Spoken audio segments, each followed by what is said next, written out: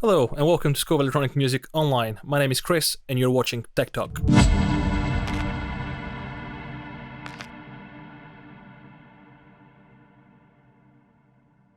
With technology nowadays, recording and production, especially home-based ones, are becoming more accessible than ever. And this is what I want to talk about today. We're going to look at some basic, free or fairly inexpensive tools that you can get your hands on and just get yourself started in the world of recording and production. So, for the sake of it, we're going to keep this short. We're going to keep it down to equipment below £200, so things that, as I said, are fairly accessible. So without further ado, let's just get right into it. The first one we're going to look at today is FL Studio Mobile. It's a mobile version of FL Studio which runs on both Android and iOS devices. It's a really cool little app that you can just take with you on the go. It's fairly inexpensive. I think this one goes for around £13 on the market, so definitely go and check it out. It allows you to do quite a lot of things. You can produce, you can record, you can sample and resample, and you can compose a full track with it. So if you're on the go and you need something small, easy, portable and light, this one is a great option. The next one on our list today is a very similar program. This one is Zen Beats from Roland. This one actually has been released for free, so definitely get a copy of it. It's great. You can produce quite a lot of cool things with it. It comes with a free sample pack as well and some free sounds, and it's just great. Moving forward, we have probably my favorite thing on this list. This is Korg Gadget. Some of you probably have seen Korg Gadget before. It's compatible with all iOS devices, so your phone, your tablet, or your laptop. It's just great. It packs a lot of cool features, and again, you can compose, you can work with MIDI, you can actually control it with external MIDI controllers, which I find fascinating. You can even use one of your devices to trigger MIDI or to write automation right into Korg Gadget. It's great. The best feature for me though is the fact that you can export your projects in an Ableton format, in an Ableton compatible format. So if you're on the go and you just got this idea of a beat or a track or a melody, you can just quickly put it down in Korg Gadget, and then once you get back home, you can just export that, load it into Ableton, and then just keep on working on that idea. It's great, so definitely check it out. This one is a little bit pricier. This one I think it goes for around $40, but every now and then it goes on sale as well, so keep an eye out for it. It's just great. And of course, we have Garageband, which is basically a stripped down version of Logic Pro X.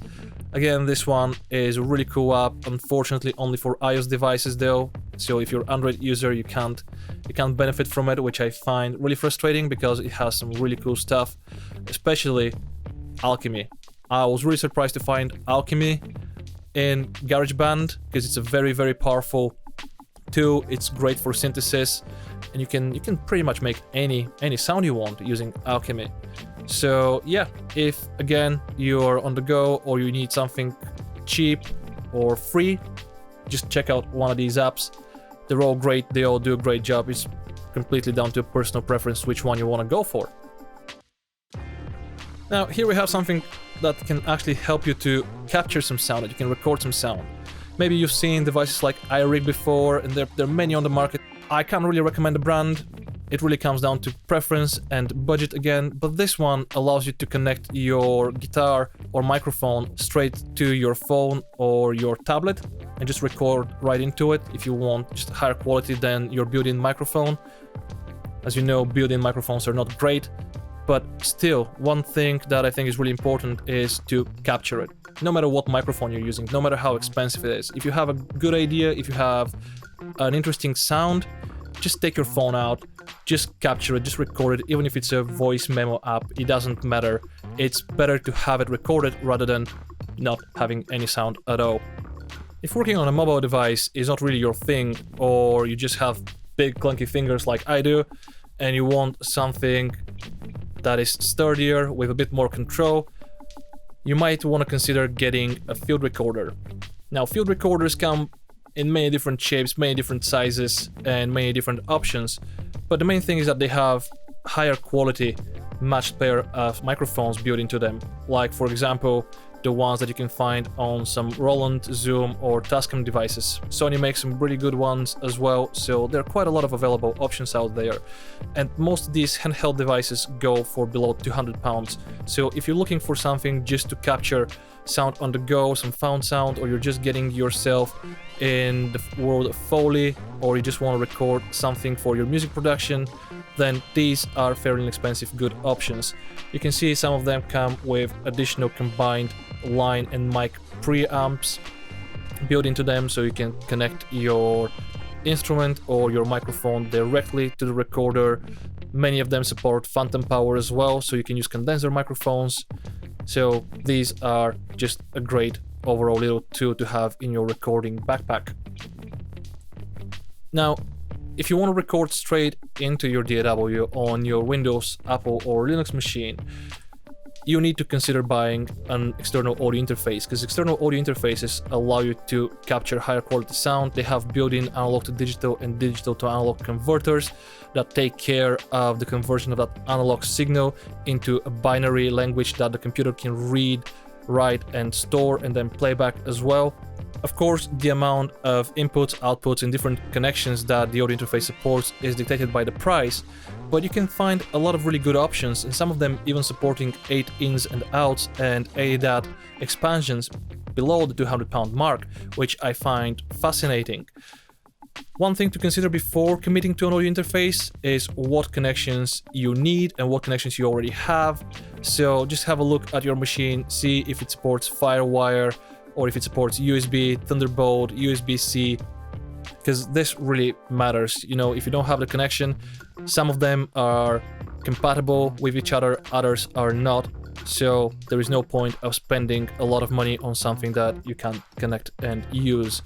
Also, getting the audio interface with the right connection is better, because otherwise you might have to buy some additional adapters, and the problem there is that the more connections you have, the more adapters you add, and the more paths you add to the whole equation, there are more possibilities of something going wrong and ruining your recording.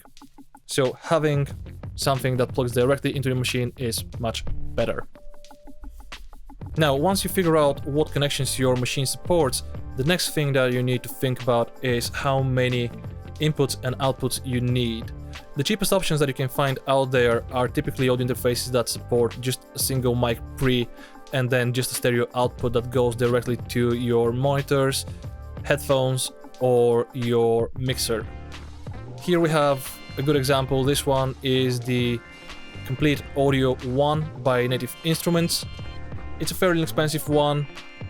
As I mentioned, single mic pre, headphone, output at the front of the unit, and then it actually comes with RCA connections on the back, RCA outputs, because this one is mainly directed towards the DJs out there. So if you want to plug your audio interface directly into a mixer and play something back from your computer, you can use these ports to plug in and out directly. Another good example of a single mic pre-audio interface is the Scarlett Solo by Focusrite. You know, Focusrite make some really good, reliable and sturdy interfaces with good analog to digital conversion, pretty clean mic pre's. They have different options. They have the Scarlett series and the Sapphire and also the Claret series. And the difference there is, again, the quality of the analog to digital converters and the mic pre's, and some of them also offer some additional features. So again, it really comes down to your budget and the type of recordings you are looking to make. Another good example is the Audionate ID4. This one is again a single mic pre, but this one comes with a combined line and mic pre, which makes the unit fairly small. So if you need something portable, something that fits in your backpack and you can move it quite quick from one place to another, this one is a great option. It's USB 2 and it's USB powered, so you don't have to worry about any additional adapters, and it uses a classic jack connection on the back to plug directly to your monitors. Here we have probably the cheapest option on this list. This one is the Yuphoria Umc 22 by Brenger. This one goes for around £30 on the market, which is crazy if you ask me for an audio interface. Of Of course, it's a single mic pre, again, a combined input, mic and line. Again, we have headphones, volume control, and we have a jack output on the back. USB powered, so again, fairly light and easy to move around. So if you're on the go or if you travel a lot and you just need something small, portable, and light to carry in your backpack, this one is another great option. Now, if you need to record more than a single sound source at a time, you need an audio interface that can support that as well. Here we have the complete Audio 6 by Native Instruments. This one comes with 2 combined mic pre's at the front. This one also has 2 headphone outputs and SPDIF connection on the back. And one of the great things, at least for me in this unit, is the MIDI in and out. So if you need your DAW to communicate with some external hardware, maybe some synthesizers, you can connect them straight to your sound card. Another good example is the Scarlett 2i2 by Focusrite. It's pretty much the same as the Solo, but this one has 2 mic pre's.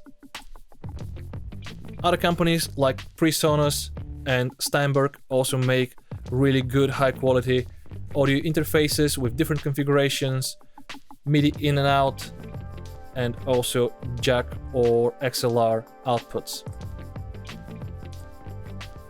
And of course, one of the great things on this list, something that I find absolutely amazing, is the SSL2, which recently got released on the market.